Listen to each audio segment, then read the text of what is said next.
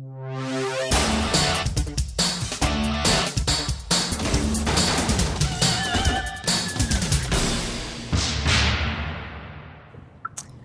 Deputy Grimes, and originally I'm from Illinois.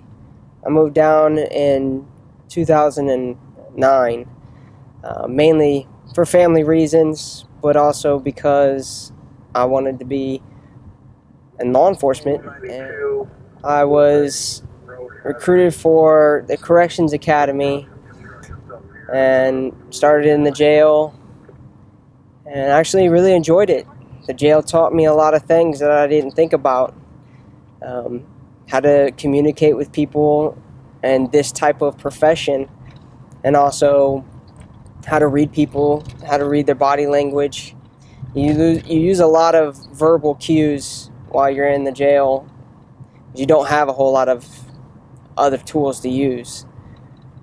So then after 2 years in there, I became certified for deputy, and I was transferred out to the road in 2013.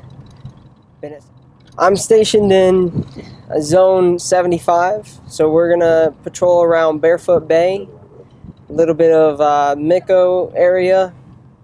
We'll travel down to Little Hollywood, over to Deer Run.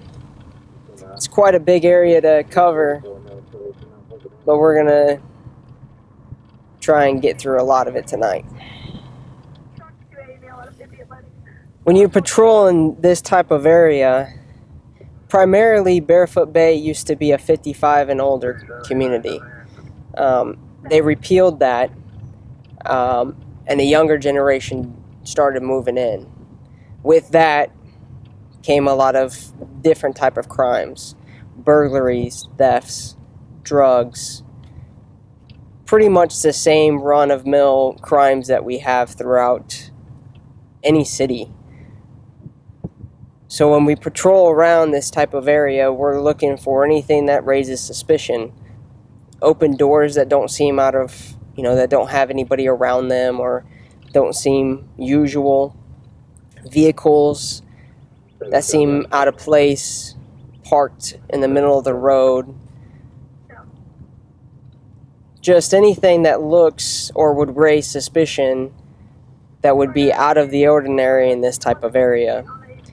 A lot of people are still over 55 in this area, and they walk their dogs, they ride bicycles, they still get exercise. But the difference between them and somebody else, they usually acknowledge us, they usually talk to us. And somebody that's not trying to be seen by law enforcement usually raises suspicion.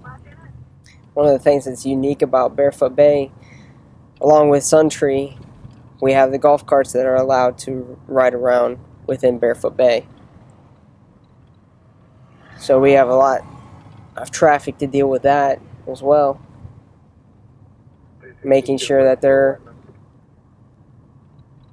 obeying the laws that they have to adhere to, and they're properly equipped, their windshield and their lights, tail lights, blinkers.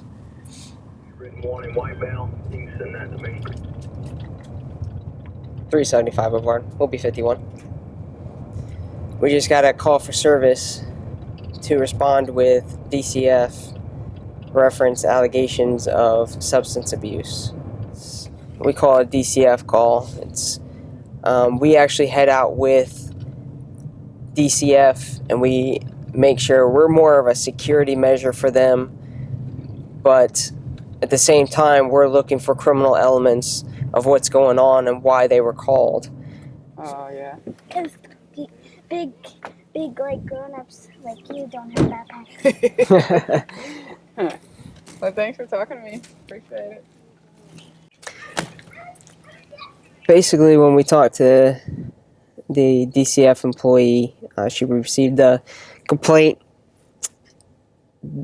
There's 2 children, one in particular that were that she had to complain about, that was transferred from the mother's custody to the father's here at this address. and was unable to do it tonight, but she will come back and speak with the female again and request a drug test to see if there's any substantial evidence to the claim.